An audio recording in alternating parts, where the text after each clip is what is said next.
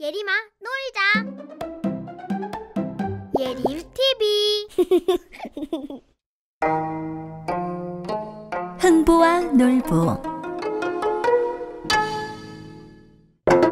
옛날 옛적에 놀부와 흥부 형제가 살았어요.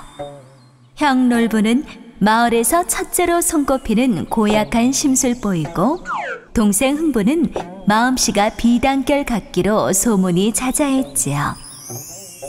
유난히 추운 겨울날, 아버지가 형제에게 재산을 똑같이 남기고 눈을 감고 말했어요.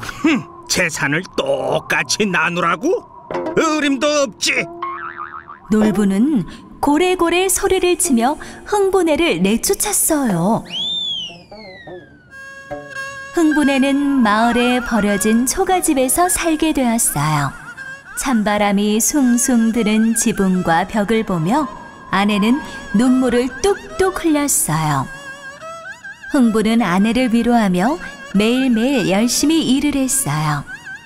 하지만 쉬지 않고 일을 해도 줄인 배를 채우기가 힘들었어요. 꽁꽁 언 겨울이 가고 포근한 봄이 오자 흥부네 처마 밑에 제비가 둥지를 들었어요. 야, 새끼 제비가 모두 내 말이야. 지지배배, 노래도 진짜 잘해. 그러던 어느 날 흥부는 요란하게 지저귀는 제비 소리에 잠을 깼어요. 무슨 일이 있나? 문을 열어보니 마당에 새끼 제비가 떨어져 있었어요. 깜짝 놀라 처마를 보니 커다란 구렁이가 제비 둥지를 감싸고 있었어요. 흥부는 막대로 휘휘 구렁이를 내쫓았어요. 그러고는 부러진 제비 다리를 정성을 다해 고쳐주었어요. 쯧쯧, 얼마나 아팠을꼬. 가을이 되자 새끼 제비는 남쪽으로 날아갔어요. 이듬해 봄, 건강하게 자란 새끼 제비가 흥부네를 찾아왔어요. 아버지, 제비예요. 우와, 제비가 왔어요. 제비는 마당에 뭔가를 턱 떨어뜨렸어요. 제비가 박씨를 주고 갔구나. 가을에 박이 열리면 실컷 먹을 수 있겠어. 그의 가을, 탐스러운 박이 지붕 가득 열렸어요. 실한 박들이 주렁주렁 열렸구나. 여보, 얼른 박을 타서 아이들을 배불리 먹입시다.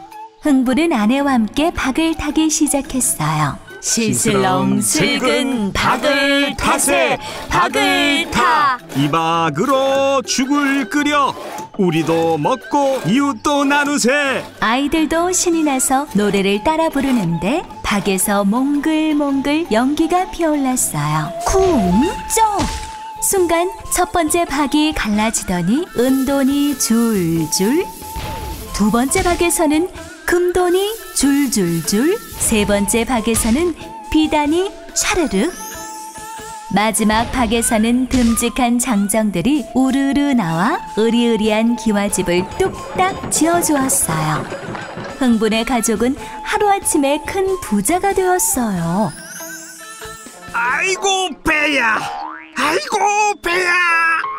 흥분의 소문은 놀부 귀에도 들어갔어요. 당신도 참 배 아플 게 뭐 있어요? 우리도 제비 다리 부러뜨려 고쳐주면 되잖아요. 아내의 말에 귀가 솔깃해진 놀부는 불이 나게 처마 밑에 있는 제비 둥지로 갔어요. 어디 보자. 오호라, 이 제비가 좋겠군. 놀부는 새끼 제리를 잡아서 다리를 똑 부러뜨렸어요. 그러고는 제가 안 한 척 얼른 고쳐주었죠. 이듬해 봄, 놀부네 집에도 제비가 찾아와 박씨를 주고 갔어요. 가을이 되자 흥부네보다 더 많은 박이 주렁주렁 열렸어요. 놀부는 아내와 함께 박을 타기 시작했어요. 반짝반짝 금을 다오, 반짝반짝 은을 다오, 으리으리한 집도 다오, 좋은 건 뭐든 다 다오.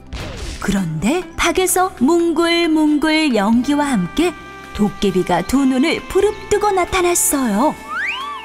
이놈, 내가 제비 다리를 부러뜨린 놈이었다. 어디 오늘 내 다리도 한번 부러져봐라. 놀부는 눈물이 쏙 나올 만큼 혼쭐이 났어요. 잘못했어. 목숨만 살려줘. 놀부의 소식을 들은 흥부가 부랴부랴 달려왔어요. 아이고, 형님. 다친 데는 없어? 아이고, 형수님. 많이 놀라셨지요? 아우야, 내가 널 내쫓고 벌을 받는구나. 벌을. 그 뒤 흥부와 놀부는 마을에서 가장 사이좋은 형제가 되었답니다.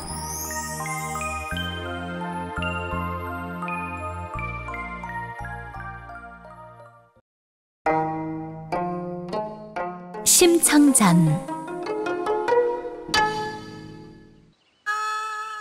옛날 어느 마을에 앞 못 보는 선비가 살았어요. 비록 가난했지만 착한 부인과 행복하게 지냈지요. 그런데 부인이 아이를 낳자마자 시름시름 앓았어요. 여보, 우리 아이 이름을 청이라고 지어요. 청이를 잘 부탁해요. 안 돼요. 부인, 청이를 위해서라도 힘을 내야 하오. 하지만 부인은 끝내 숨을 거두고 말았어요. 홀로 남은 청이 아버지는 청이를 정성껏 키웠지요. 청이는 아버지의 사랑을 듬뿍 받으며 예쁘게 자랐어요. 청이는 어머니를 닮아 착하고 부지런했어요. 아버지가 그동안 고생을 너무 많이 하셨어. 이제부터 내가 편하게 해드려야지. 청이는 열심히 일을 해서 아버지를 정성껏 모셨어요. 하루는 청이 아버지가 청이를 마중 나갔다가 그만 발을 헛디뎌 물에 빠지고 말았어요. 사람 살려! 나 좀 살려주소! 다행히 몽운사 스님이 청이 아버지를 구해주었어요. 고맙습니다, 스님. 부처님이 절 살려주셨나 봅니다.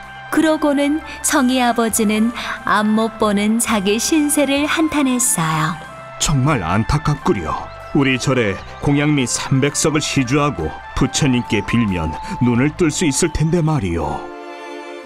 그날부터 청이 아버지는 끙끙 앓기 시작했어요. 스님에게 덜컥 공양미를 약속했기 때문이지요. 아버지, 무슨 걱정 있으세요? 아니다. 아무 일도 아니다. 청이가 거듭 묻자 아버지가 마지못해 털어놓았어요. 아버지, 눈을 뜰 수 있다니 좋은 일이잖아요. 부처님의 은혜로 쌀도 곧 마련할 수 있을 거예요.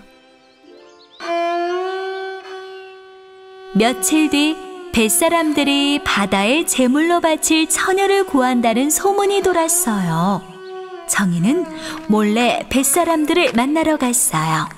그러고는 아버지를 위해 쌀 300석을 받고 제물이 되기로 했어요. 다음 날 뱃사람들이 청이를 데리러 왔어요. 그제야 청이 아버지는 사정을 알게 되었어요. 아버지, 부디 몸 건강하세요. 청이는 눈물을 삼키며 발걸음을 뗐어요. 안 된다, 청아. 내가 너를 바라 눈을 사겠느냐.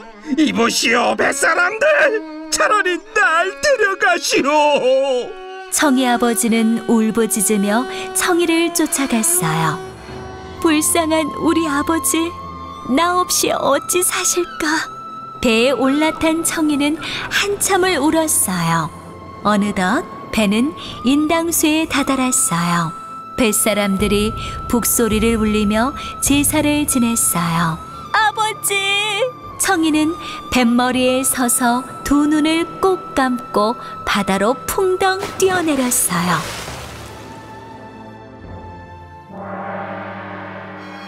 시간이 얼마나 흘렀을까? 누군가 부르는 소리에 청이가 눈을 떴어요. 청아, 엄마다. 청아. 청이 어머니가 선녀의 모습을 하고 있었어요. 어머니, 언제나 어머니가 그리웠어요. 예쁜 딸 청아, 나도 정말 보고 싶었단다. 그럼 이제부터 어머니와 함께 지낼 수 있나요? 청아, 아직은 때가 아니란다. 다시 인간 세상으로 돌아가 아버지를 잘 모시렴. 잠시 뒤 청이를 태운 연꽃 수레가 인당수 위로 동시에 떠올랐어요. 여보게들, 저 꽃 좀 보시오. 뱃사람들은 신기한 생각이 들어 연꽃을 건져 올렸어요. 아무래도 하늘이 내린 꽃인 것 같으니 임금님께 바칩시다. 연꽃은 궁궐의 연못에 띄어졌어요. 참으로 아름다운 연꽃이구나. 그때 연꽃 향기가 은은하게 퍼지며 꽃봉오리가 살며시 열렸어요. 연꽃 속에는 아름다운 청이가 서 있었어요. 아니, 그대는 누구시오? 청이는 그동안 자신이 겪은 일을 임금님에게 들려주었어요. 왕비를 병으로 잃고 외로웠던 임금님은 청이를 왕비로 맞이했어요.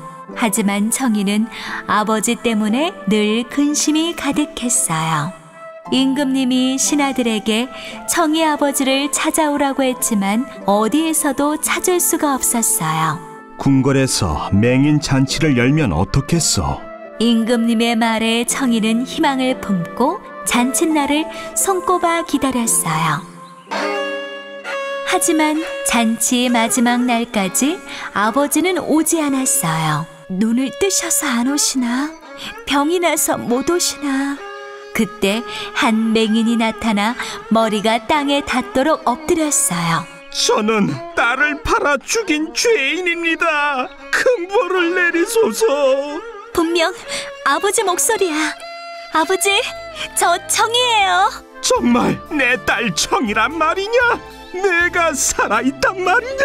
순간 주위가 밝아지더니 청이 아버지가 눈을 번쩍 떴어요. 보인다, 보여! 청아, 내가 눈을 떴어! 임금님과 모든 사람들이 놀라며 기뻐했어요. 청이는 아버지를 모시고 날마다 행복하게 살았어요.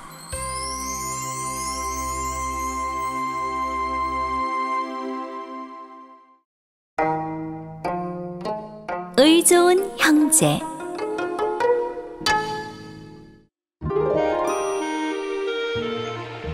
옛날 어느 마을에 사이좋은 형제가 살고 있었어요. 언제나 형은 아우를, 아우는 형을 먼저 생각했어요. 그 마음은 어른이 되어서도 변치 않았지요. 형제는 따스한 봄날 모내기를 함께 했어요. 형이 굽혔던 허리를 펴며 아우 등을 토닥토닥 두드려 주었어요. 형제는 함께라면 농사일도 힘들지 않았어요. 아우가 혼례를 올리던 날이었어요. 일찌감치 장가를 든 형은 아우가 기특하여 자꾸만 웃음이 났어요. 형은 정성을 다해 아우의 혼례를 준비했어요. 아우는 그런 형이 무척 고마웠어요. 형제는 여름 내 뙤약볕 아래서 함께 풀을 뽑고 쓰러진 별을 세웠어요. 형님, 그만 쉬세요. 나머진 제가 할게요. 무슨 소리냐? 아직 농사일에 익숙치 않은 내가 더 힘들지. 형제는 서로 도우며 부지런히 농사를 지었어요. 아침 저녁 서늘한 바람이 부는 가을이 되었어요.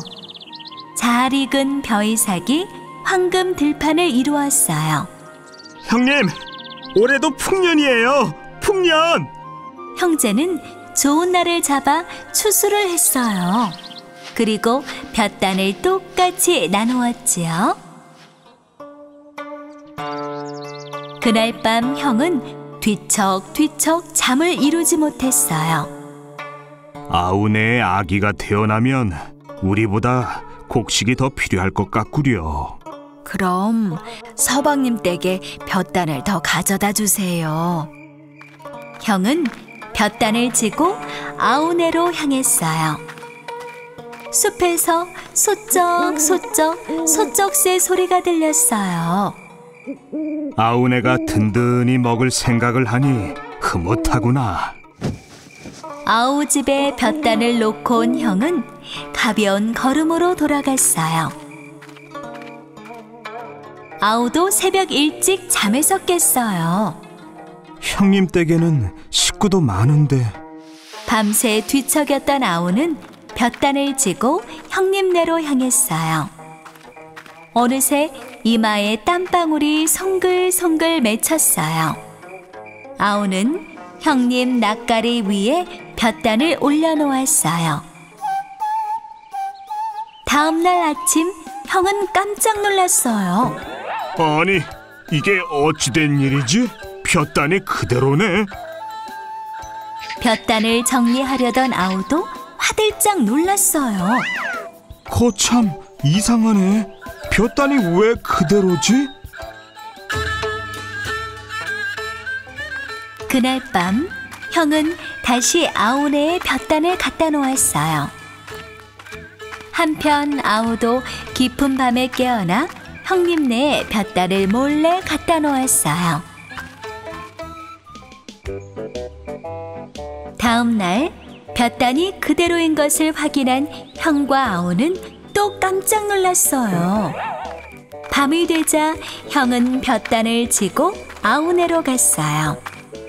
아우도 볕단을 지게 지고 집을 나섰지요. 휘영청 뜬 보름달이 길을 밝혀주었어요. 거기 누구요? 발자국 소리에 놀란 형이 물었어요. 그러는 댁은 니시오? 아우가 가까이 다가왔어요. 아니, 형님.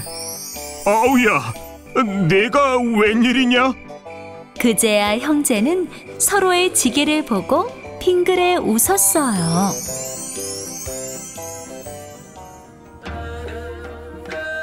그해 겨울 아우네에 귀여운 아기가 태어났어요. 모두 방긋방긋 웃는 아기에게 눈을 떼지 못했어요.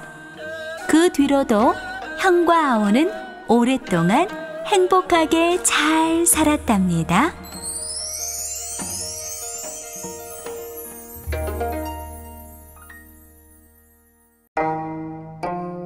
해와 달이 된 오누이.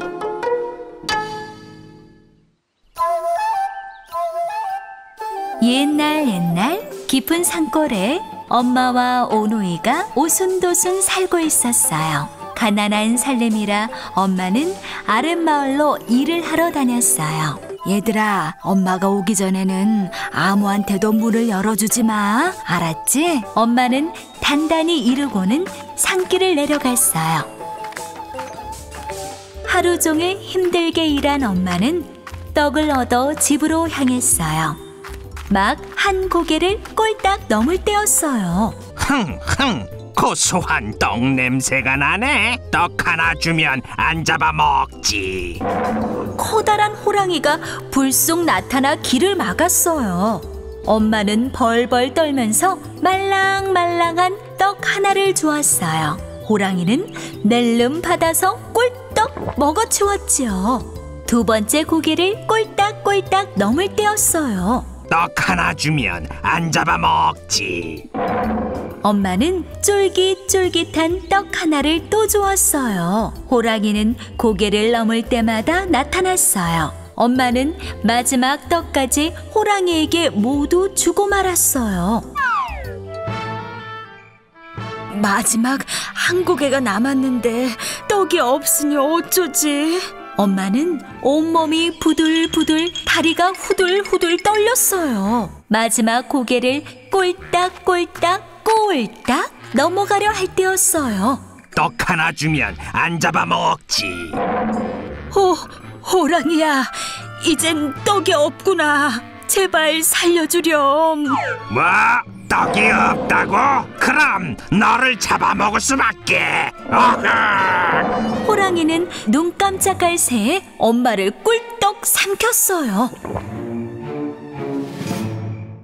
호랑이는 주섬주섬 엄마 옷으로 갈아입고 오노이 집으로 갔어요. 얘들아, 배고프지?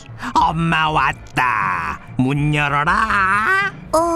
우리 엄마 목소리는 가늘고 고운데? 노이 동생이 말했어요. 밤길에 찬바람을 쐬어서 목이 쉬었단다. 그럼 손을 내밀어 보세요. 의심쩍은 목소리로 오빠가 말했어요. 호랑이는 문틈으로 손을 쓱 내밀었어요. 손은 크고 털이 북슬북슬했어요. 이상한 생각이 든 오빠는 문틈으로 살짝 엿보았어요. 그런데 문 밖에 엄마 옷을 입은 호랑이가 서 있는 게 아니겠어요? 엄마가 아니라 호랑이야. 빨리 도망가야 해. 오빠는 노이 동생 손을 잡고 뒷문으로 몰래 나갔어요. 살금살금 뒤뜰로 나온 오누이는 우물 옆에 있는 나무 위로 올라갔어요. 호랑이는 뒤늦게 방으로 들어갔어요. 어흥! 뒷문으로 도망쳤군. 호랑이는 냉큼 뒤뜰로 나갔어요. 오호! 우물 안에 숨었구나. 우물 속에는 오누이 얼굴이 아롱아롱 비쳤어요. 호랑이는 오누이를 잡으려고 바둥거렸어요. 그 모습을 보고 있던 노이 동생이 까르르 웃었어요. 에이 바보, 우린 나무 위에 있는데. 호랑이가 나무 위를 올려다보았어요. 옳지, 그 위에 있었구나. 호랑이는 나무에 올라가려고 안간 힘을 썼어요. 하지만 자꾸 버둥버둥 미끄러졌어요. 얘들아, 거기 어떻게 올라갔니? 참기름을 듬뿍 바르고 쭉쭉 올라왔지. 오빠가 약 올리듯 말했어요.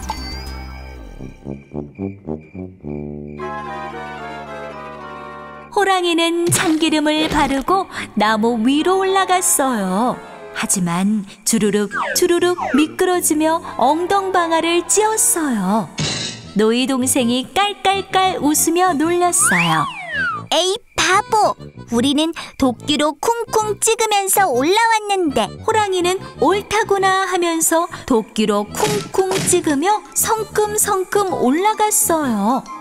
꼼짝없이 잡히게 된 오누이는 사시나무 떨듯 바들바들 떨었어요. 오빠는 하늘을 향해 두 손 모아 빌었어요. 저희를 살리시려거든 튼튼한 동아줄을 내려주시고 죽이시려거든 썩은 동아줄을 내려주세요. 어린 노이 동생도 눈물을 흘리며 빌었어요. 그때 하늘에서 동아줄이 스르르 내려왔어요. 오누이는 동아줄을 잡고 하늘로 높이 높이 올라갔어요. 그 모습을 본 호랑이도 덩달아 빌었어요. 저를 살리시려거든 튼튼한 동아줄을 내려주시고 죽이시려거든 썩은 동아줄을 내려주세요. 잠시 뒤 신기하게도 동아줄이 내려왔어요. 호랑이는 재빨리 동아줄에 매달렸어요. 그런데 얼마 못 가 동아줄이 뚝 끊어졌어요. 으아! 호랑이 살려! 호랑이가 잡은 것은 썩은 동아줄이었던 거예요. 호랑이는 수수밭에 떨어져 죽고 말았어요. 그때 물든 호랑이 피 때문에 수수밭이 붉어졌다고 해요. 한편 하늘로 올라간 오빠는 해가 되고 노이 동생은 달이 되어 세상을 비춰주었어요. 하루는 노이 동생이 오빠에게 말했어요. 오빠, 밤은 깜깜해서 너무 무서워. 오빠는 노이 동생을 위해 달이 되었고 노이 동생은 해가 되었어요. 하지만 노이 동생은 낮에 사람들이 쳐다보는 게 몹시 부끄러웠어요. 그래서 눈이 부시게 햇빛을 비추어서 사람들이 못 쳐다보게 했답니다.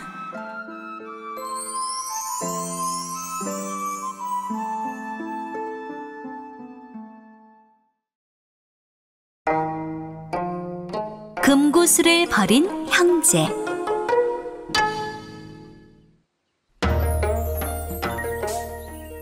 옛날 어느 마을에 가난하지만 우애가 깊은 두 형제가 살았어요.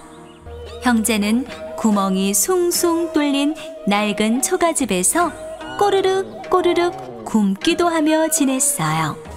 하지만 형제는 언제나 콩 한 톨도 사이좋게 나누어 먹었지요. 그러던 어느 날 큰 댁에서 잔치를 연다는 소식이 왔어요.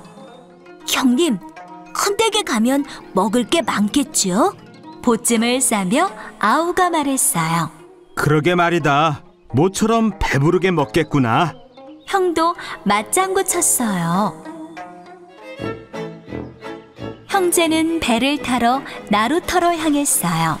산길을 지나는데 아우가 무엇인가를 발견했어요. 형님, 저기 뭔가 반짝거려요. 동생은 가까이 가서 반짝이는 물건을 집어들었어요. 금구슬이에요. 그것도 2개나 있어요.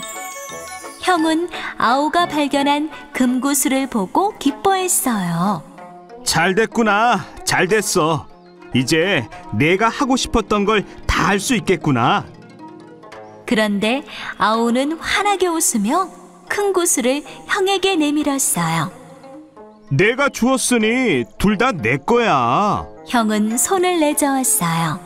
형님이 이 길로 가자고 해서 얻은 것이니까 이건 형님 거예요.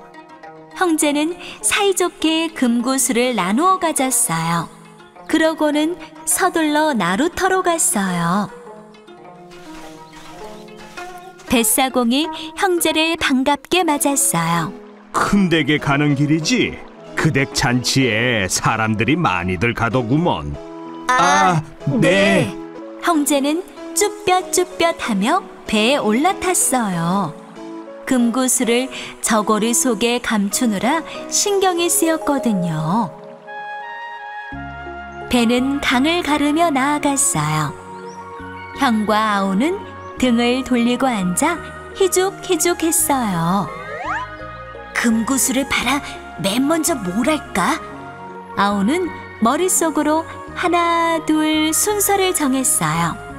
하얀 쌀밥에 고깃국을 실컷 먹어야지. 그런 다음 으리으리한 기와집을 짓고 마당에는 감나무도 심어야겠다. 생각만 해도 기분이 좋았어요. 아니, 가만히 있자. 돈이 부족하진 않을까? 갑자기 든 생각에 아우는 한숨을 푹 내쉬었어요.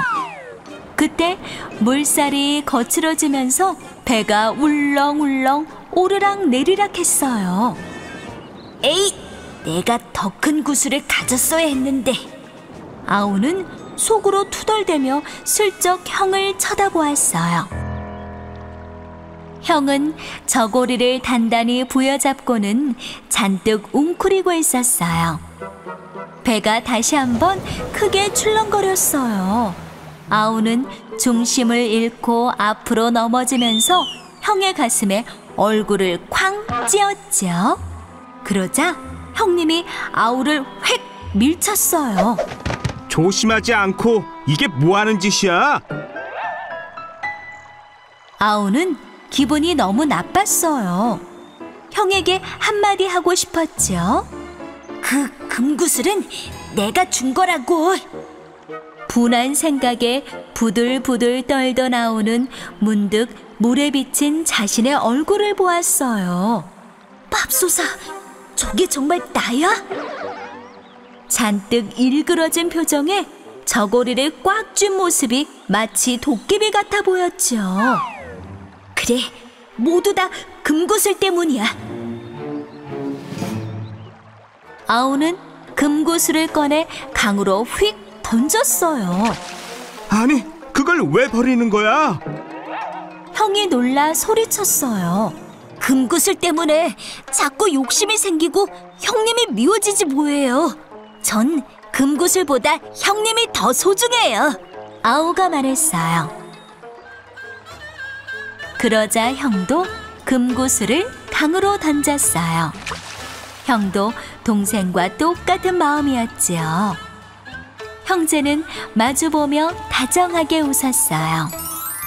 이윽고 배가 나루터에 도착했어요. 형제는 손을 꼭 잡고 힘차게 걸어 나갔답니다.